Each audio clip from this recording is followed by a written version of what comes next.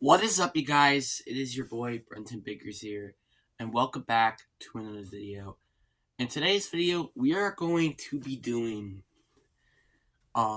draft grades for every single first round pick in this draft. Let's get into it. So starting off with the number one overall pick. Actually, before we get to the number one overall pick grade, I want to talk about how much appreciation to my videos that I have recently added to my playlist. It's pretty crazy to say the least that how crazy and how much viewed videos of these are actually getting. It's pretty crazy, and I wasn't really even expecting this once at all. I was expecting it to be probably a waste of time, and I might not be uploading day 3 of the draft. But heck, if this keeps going like this, I might consider rethinking the idea of actually watching the day 3 draft. But if I do get a high view again in my second live stream, which I don't think that my expectations are going to be really high, but yeah. Anyway, let's get into the video. And starting off with Bryce Young out of Alabama.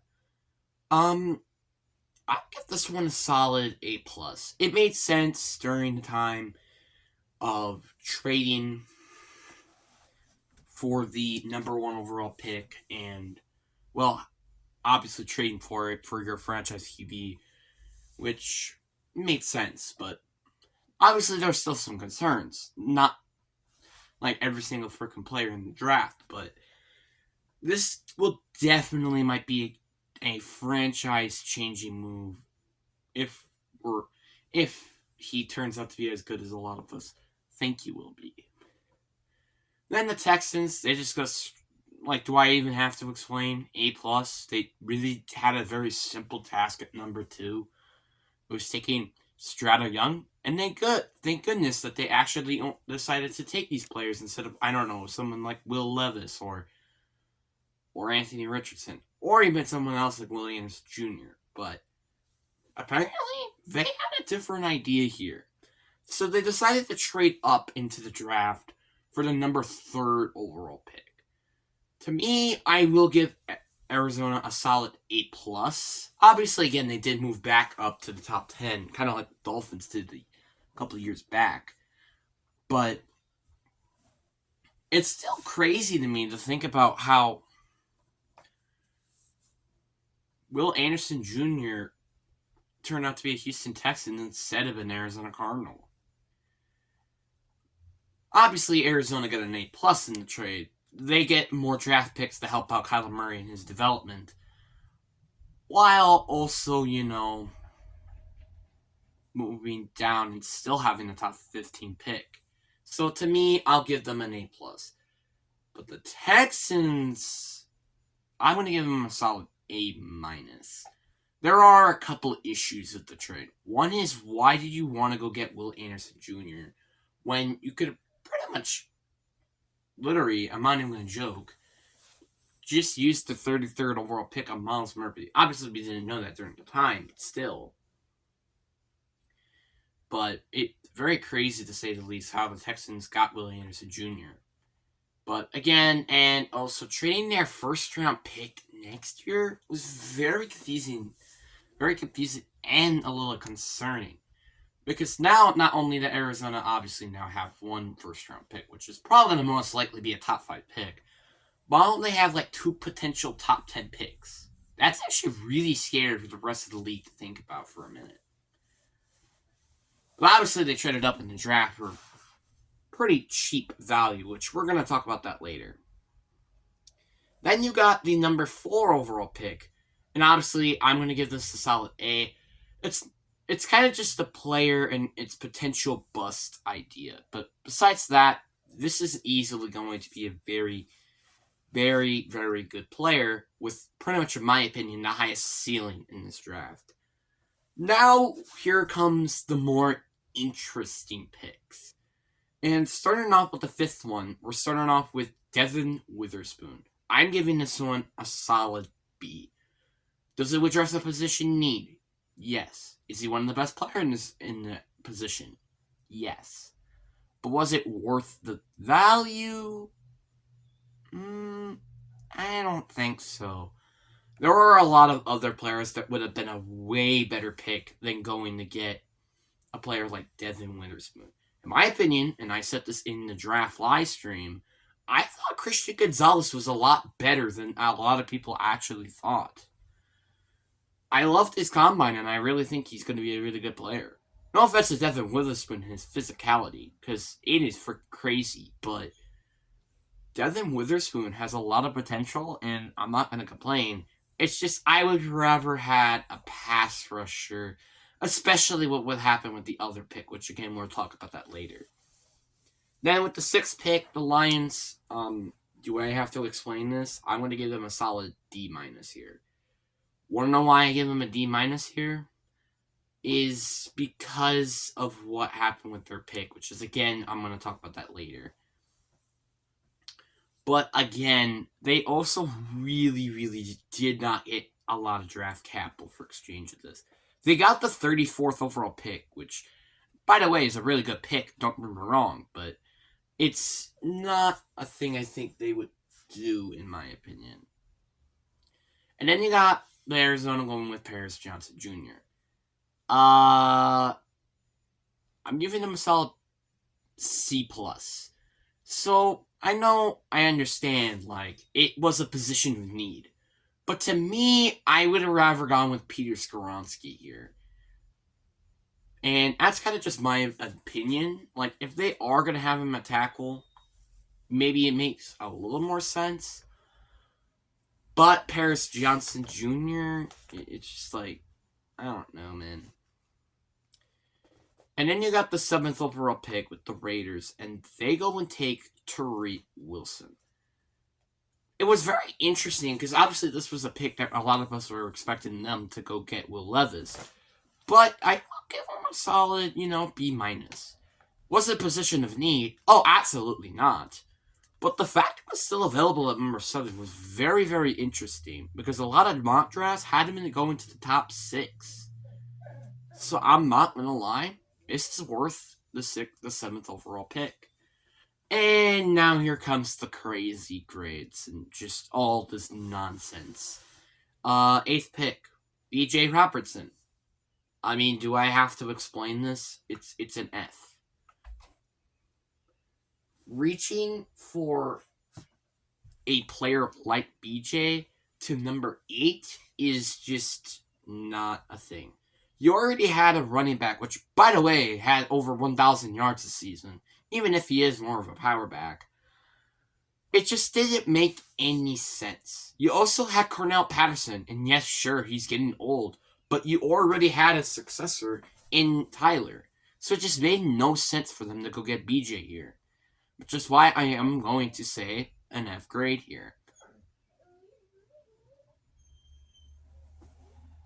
Then you got the Eagles, which obviously they moved up one spot just to go get Jalen Carter, which, in my opinion, was quite confusing to me. Just to move up one spot. Obviously, they only had to give up a 4th round pick next year, which obviously is not really worth a lot, but it is very interesting. Obviously, they're gone with Jalen Carter. I will give this a solid A. I was expecting him to go 8, honestly, maybe even 5 or 6, somewhere around those parts. But instead, he falls to Philly at number 9. Obviously, they traded up to get him just to make sure he is on that team. But yeah, obviously the A's just because there is concern of his off the field issues. But that's it. Besides this could probably be one of the bigger moves in this entire draft, to say the least. Because there hasn't really been any, kind of like the 2022 draft. Then with the 10th pick, this was an odd choice, but they're gone with Darnell Wright. Obviously, again, he's the best right tackle probably in this class. But it was a little interesting to see him fall off the board at 10 when there was, again, players like Peter Skoronsky and Broxick Jones, who I valued a little bit better. And maybe even slightly Elenius Torres, but either way, I give this a solid B. It does fill a need, so that's the thing. But they probably could have gotten a lot more better value with the 10th overall pick, obviously. And that's kind of just my opinion. Then you got the Tennessee Titans at number 11, going with Peter Skoronsky. It is a little interesting. I'll give this, though, I'm giving this an A-. Obviously, again, it does fill the need. Offensive line was a pretty big need heading into the draft. But in my opinion, receiver was a bit bigger of a need. And you obviously had the option to pick whoever receiver you wanted to pick, which kind of made it a little interesting, to say the least, of why is he going to be picked over any of the other receivers. But that's just my opinion. And then you got the Lions at 12, which they obviously moved down because of the, Arizona accusation. And they go get Jahmyr Gibbs, which to me is an F. Like, seriously. Christian Gonzalez, still available. And they really did need a corner after Jeff Okudah being gone. There were a lot of better talents to get at number 12, in my opinion. You could have gotten a tight end like Michael Mayer or Dalton Kincaid. You could have gotten a defensive lineman here, obviously with Lucas Van Ness, Myles Murphy being available, and Nolan Smith. But instead, you go reach for a running back. Again, and also, it's like this was a need for Atlanta. Obviously, again, Detroit, this was a bigger need for them, unlike the Falcons, because their best running back is David Montgomery. But it still doesn't quite make any sense when you again have DeAndre Swift and David Montgomery on the roster. Then the Packers go with Lucas Van Ness. This can only be a D+, in my opinion. Yeah, does it feel death need? That's like the only reason why I'm not giving this an F. But D+ is the best way to describe this. It's not because of the player, it's just because they use so much first-round picks on defense, and they really shouldn't really address edge, which is already, by the way, a deep draft. So it kind of made no sense to go and get, again, Lucas Van Ness here. And obviously, again, there was also a better player, in my opinion, like players like Myles Murphy and also Nolan Smith. Then you got the 14th pick. Pittsburgh traded up in this spot, and they got Broxick Jones. And to me, this is an A+. Like, this made perfect sense. They needed to fix the defensive line. That is one of the biggest needs in the roster right now. That they addressed it. Obviously, they still need to get a corner, which, again, that is going to be later in the draft. But Broxick Jones was a really good find in that spot, and I'm really shocked he was available with how quick the offensive linemen were going off the board. So, A+ there. And then the New York Giants, I'm giving them an F with the Will McDonald selection. Again, there were better players available, number 1. 2, there was no need for edge rush because he already had players like John Myers, who has a consistent 8 sacks a year. They drafted Jermaine Johnson, which made perfect sense of not making a selection of edge rusher here. Even drafting a corner was what would have been a bigger adjustment to their defense than getting Will McDonald. And again, we had other offensive linemen still available, like Lucius Torres. Okay, I can't really think of others in the top of my head, but you get what I mean. There were a lot of other talents on the offensive line that they could have did rather than gone with an edge rusher. And then you got the Washington Commanders, which I'm giving them a solid F again. Again, a matter of performance, it's not his fault, but Christian Gonzalez was so much better than he was. And it's kind of just unfortunate to see him yet still fall off the board for some reason. And again, it's not a position need. Jesus Lord, my dog is going crazy, but apparently he heard me. But again, Emmanuel Flores, no offense to him, it's just like, it didn't address a need, and that's just the issue here. Then you got the 17th pick, which I'm going to talk about that soon. And then you got the New England Patriots at 17 going to get Christian Gonzalez, which I kind of figured that they would, because again, it's kind of just like a Bill Belichick type of a move, but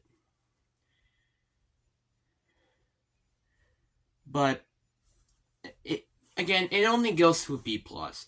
Obviously, it was a steal. I don't know how he was still available, but was this really a need for the team? I don't really think so.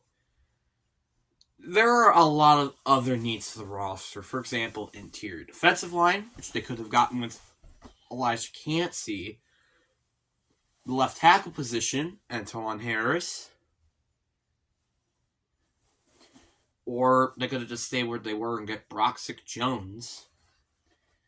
Like, there were a lot of other better options here. And also, again, all the receivers were still available at 17.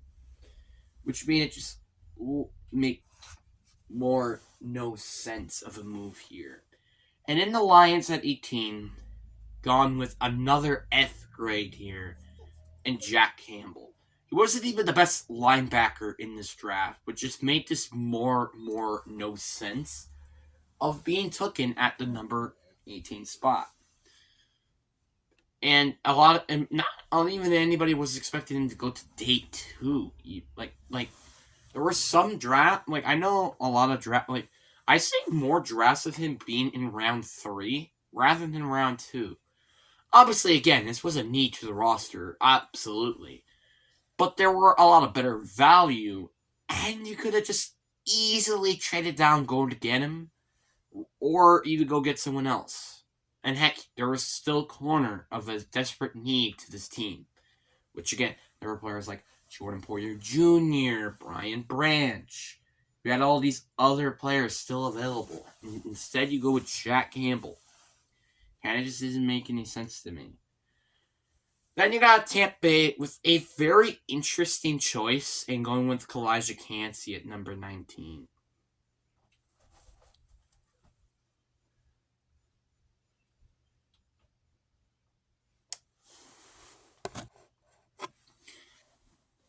Then you got the 19th pick in the Elijah Cansey. And by the way, I'm sorry if I say that twice because I just had some puppy issues, let's say. So I give this a solid C. He isn't a bad player, whatsoever, and it's not even an arguable case to say he's not compared to Aaron Donald. 1, they came to the same college, and 2, they're both at the same position, and 3, they had the same combine, scores. So it's like, it kind of makes sense.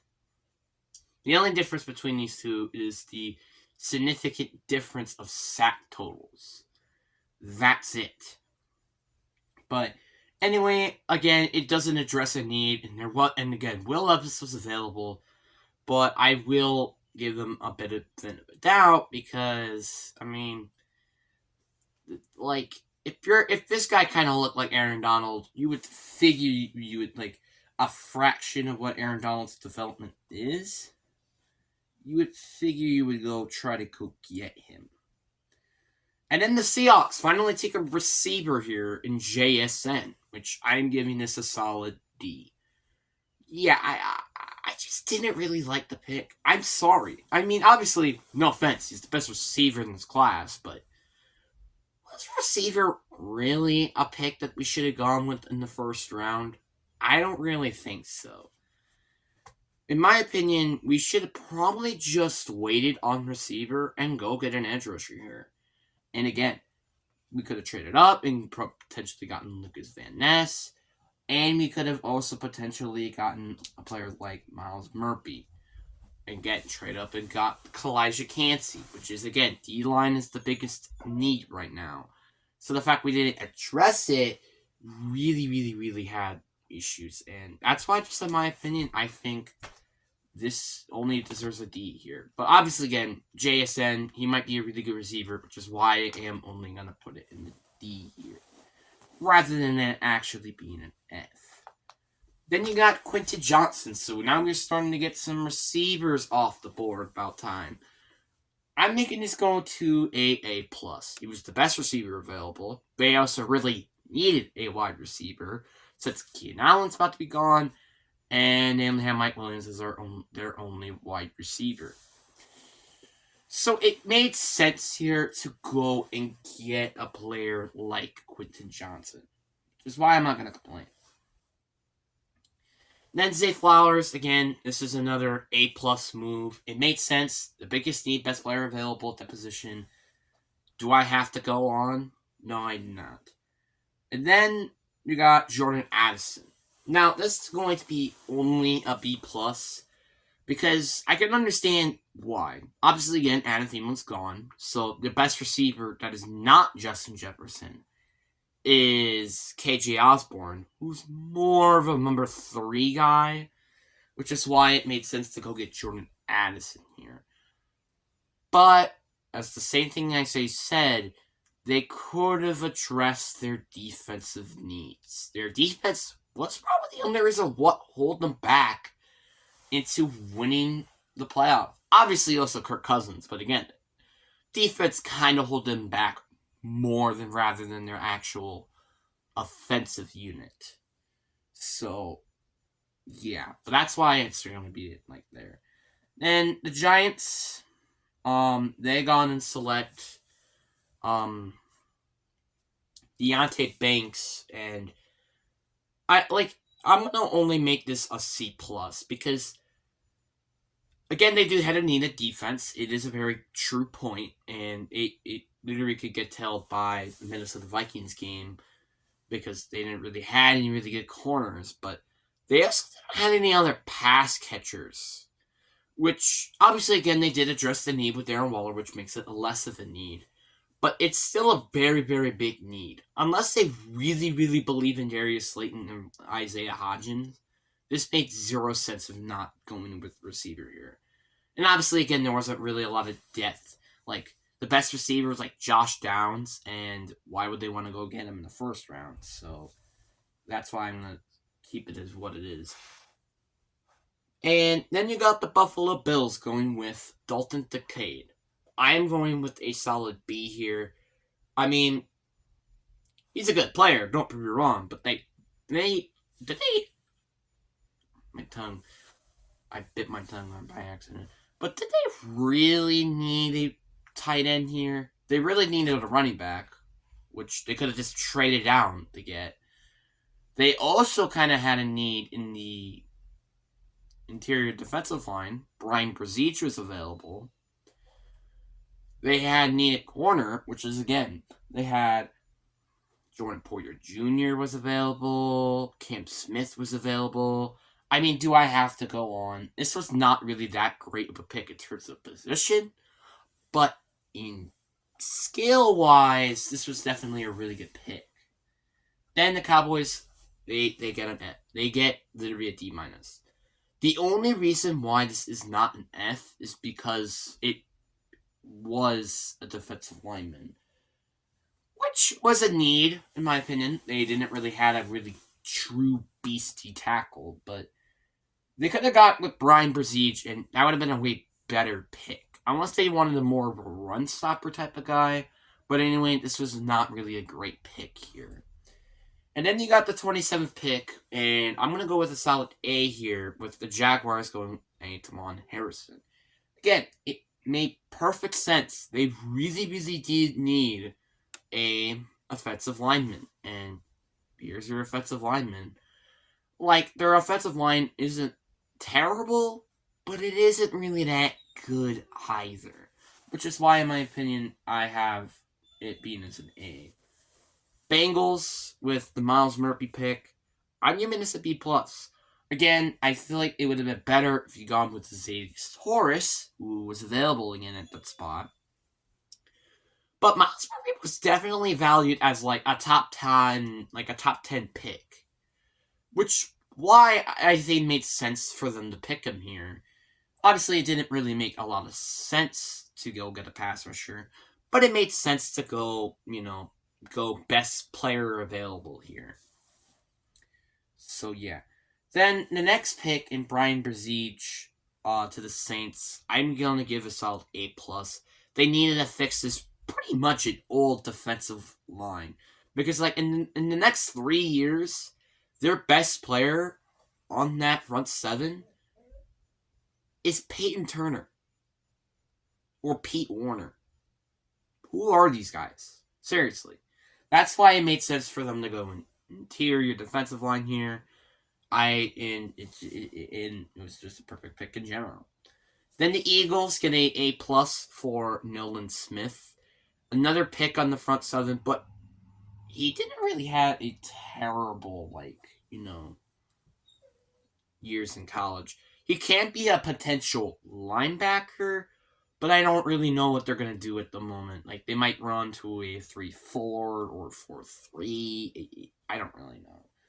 But anyway, they get an A plus because the fact it was available here was ridiculous. Then the 31st pick, the last pick in the first round, goes with Felix Uzama. Again, I also will give this an A. It's kind of just the factor of like they really did need an edge rusher. Obviously, George Karlaftis had a better second half of the season than he did first. But I just don't see him quite being the pass rushers as a lot of us figured, except me. But yeah. But anyway, we'll give your favorite team, a grade here. Tell me in the comments. But anyway, I am about to take a nap. Peace.